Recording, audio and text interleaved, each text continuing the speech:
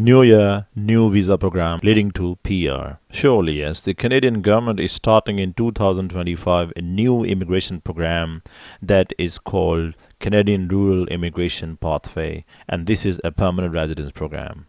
Needless to say, all applicants can apply for this, and even the temporary residents who are in Canada and also the international graduates.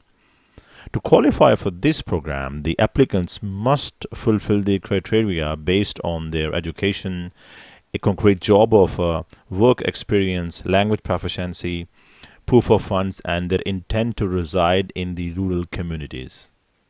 The Rural Community Immigration Class is a pathway for foreign nationals who can help overcome labor shortage in designated communities outside of Quebec, and they want to reside in these communities for long term. Though the applicants can apply from all around the world, but the temporary residents who are applying from inside Canada must have a valid temporary resident status at the time when the application is submitted, and furthermore till the PR status is granted. The requirements of this program, let's we talk about first of all the intent of residing into the local community. The interested candidates must show that they intend to reside in a designated community. Applicants must also have a valid certificate of recommendation from an economic development organization at the time of application. Such type of certificates are normally issued for 6 months of validity. Interested candidates will also have to show the proof of funds they have. This means the amount must be at least half of the low income threshold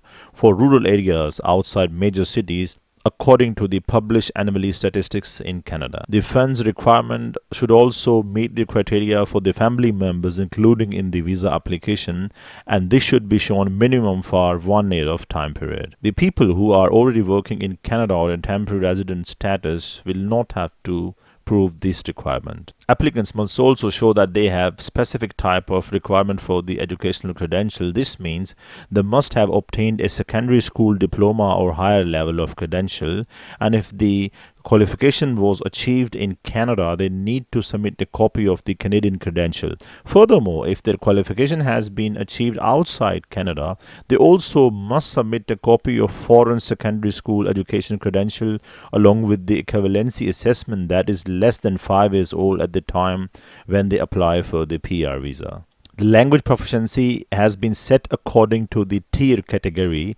This means the applicants who apply through the tier category 0 to 1 as per their profession or job offer, they must show a CLB level score of 6 or above. If their job occupation is from tier category 2 to 3, this score will be 5 or above, and for the tier categories 4 to 5, this will be 4 or above at CLB level. The interested candidates must also show that they have an employment offer that meet the following requirements, such as this should be of a permanent full-time work, and this shouldn't be a seasonal job offer. The job offer should be based in the designated community with at least 75% of the work performed there, and this should also meet the duties outlined in the NOC.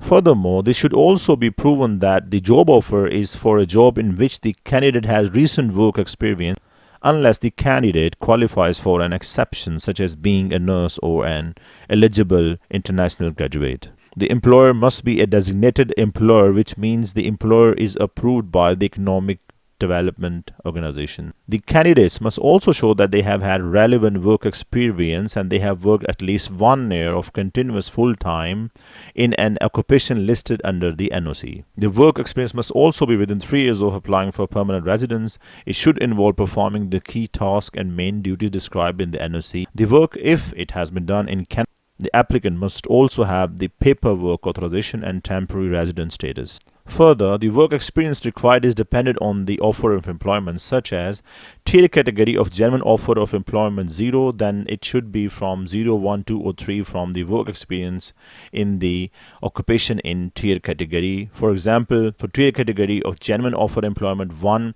then it should be from 0, 1, 2 or 3 from the work experience must be in an occupation in the tier category. The international graduates have exemption from this requirement. The Canadian government will exactly announce the start date of this program in next months, and from 2025 the candidates will be able to apply for the Canadian Rural Immigration Path.